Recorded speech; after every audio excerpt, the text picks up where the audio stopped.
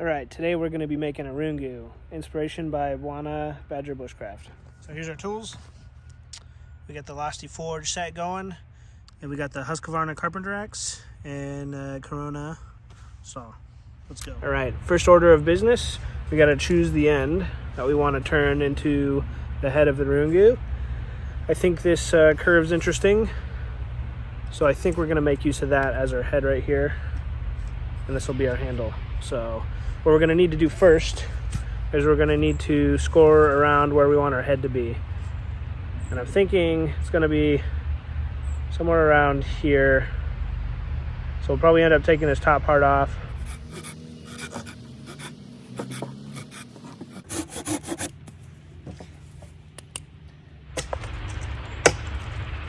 Now that I'm working on this, I don't think it's necessary to do the entire length of this handle, so we'll probably cut a portion of that off.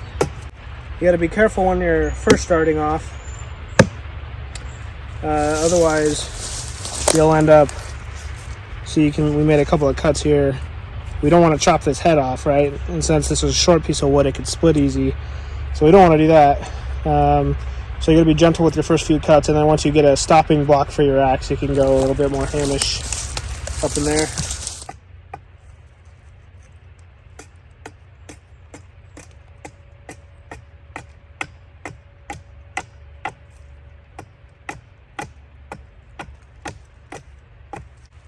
That's going to be interesting.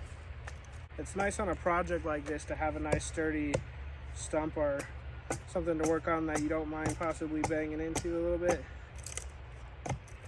Here's a trick.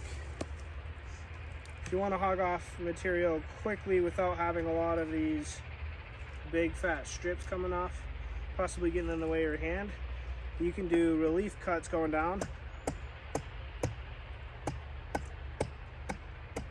like that. It's also a way to control a little better the cut you are going to be taking off.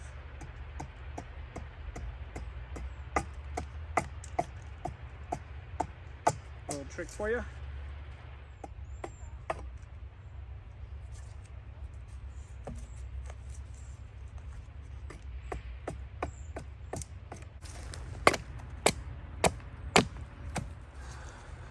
It's got somewhat roughed out. We'll keep working at it. This is gonna take a while. I wanted to leave it mostly rough to see what these blades can really do, what kind of issues they'll have, etc.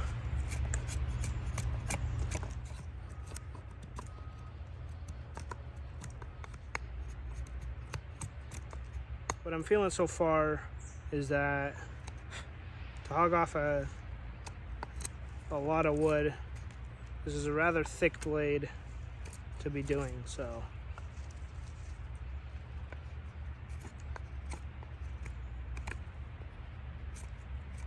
now, even though this one is just as thick, this edge is a little bit more relieved. It's a little bit higher up on the blade, so it comes down more of a taper. So this is going to take a while. I'll get back to you when I'm a little further along. The big thing that I noticed between these two blades is in the curvature. When you're carving, the nugget, likes to carve straight. It doesn't like to sweep like this. The natural curvature of this blade, when you're going down, automatically likes to take sweep strokes off. So an interesting concept would be that this blade might have more even wear across the blade because it likes to do that even sweep across. And I do appreciate that, because then you don't have, you see that one naturally just wants to slide down how the geometry of this works. It just does. It's just a natural thing that it wants to do. This is not natural, so you kind of have to move around the blade for different purposes, which is kind of an interesting concept. I'm fine with either one, to be honest, but Like this one sometimes might take a little bit more force. It bites deeper and wants to stay in that one groove, versus this one, it does like to take it and then peel it off, but it takes shallower cuts. So in a way, they complement each other, again, as we stated earlier. So that's pretty cool. All right, so we got the main portion of the handle done. We're gonna cut that right about there. So we're not gonna worry about what's past that. We can do a little bit of smoothing with the spines, but I think I wanna see how the head turns out before we do any more work, any more real work on the handle. We got it into roughly a good shape, and we'll mess around with it a little bit more after we finish the head, or at least get the head started. All right, so we got to be careful with this so we don't ruin it at this stage.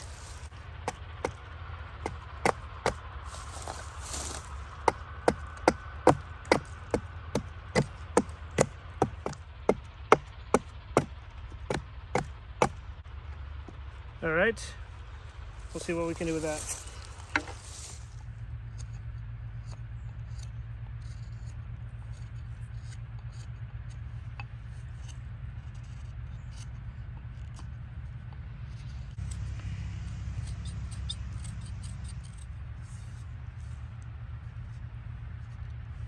It's getting there.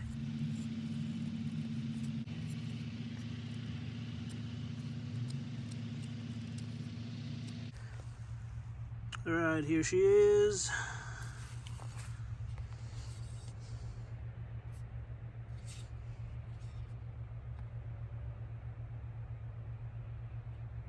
I left that little knob on there. I'm gonna leave her pretty rough. I might sand her down and put a little coat of oil on her, but you know, I don't know what kind of wood this is. I don't know if it's gonna break or not. Feels pretty light. Had a lot of knots in it. You can see it's a bit pretty rough to carve around certain areas. When two grains meet up, like either way you carve it, it kind of likes to chunk out. So the best thing to do is kind of just smooth it over with some sandpaper. But we'll set up a target. All right, we just stuck 2 sticks in the ground. You know, rabbits or squirrels.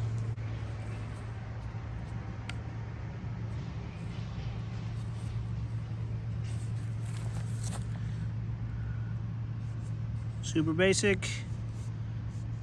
Left this little knob on for some character. We'll see how she throws.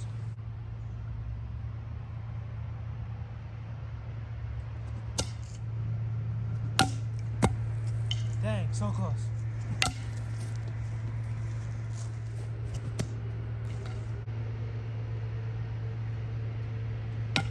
All right, after a couple of decently hard throws, some dirt, some grass stains,